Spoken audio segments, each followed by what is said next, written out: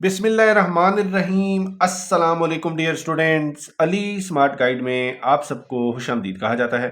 Dear student, हमारे पास word problem series का एक इंपॉर्टेंट क्वेश्चन है जिसकी स्टेटमेंट है A and B can together complete a piece of work in 4 days।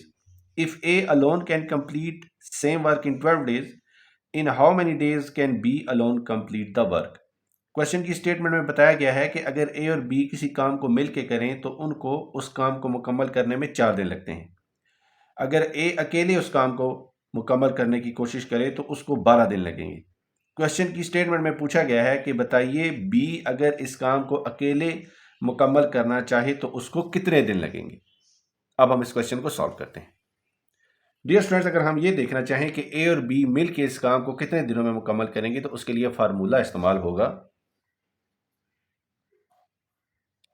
A and B.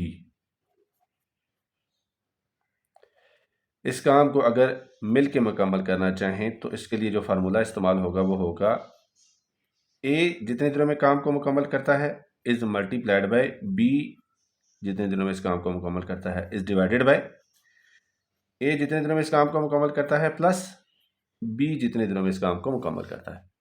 अब question की स्टेटमेंट में उन्होंने हमें ए और बी इस काम को 4 दिनों में मुकम्मल करते हैं काम बताया है, तो हम यहाँ पे पुट करते हैं 4 इज इक्वल टू ए अकेले इस काम को 12 दिनों में मुकम्मल करता है इज मल्टीप्लाइड बाय बी। हमने कैलकुलेट करना है कि बी कितने दिनों में मुकम्मल करेगा, is divided by 12 plus B.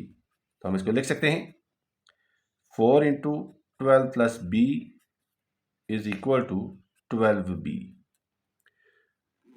Further solve करते हैं। 4 into 12 or 48 plus 4 into B or 4b is equal to 12b। So 48 is equal to 12b minus 4b। तो हमें हासिल होगा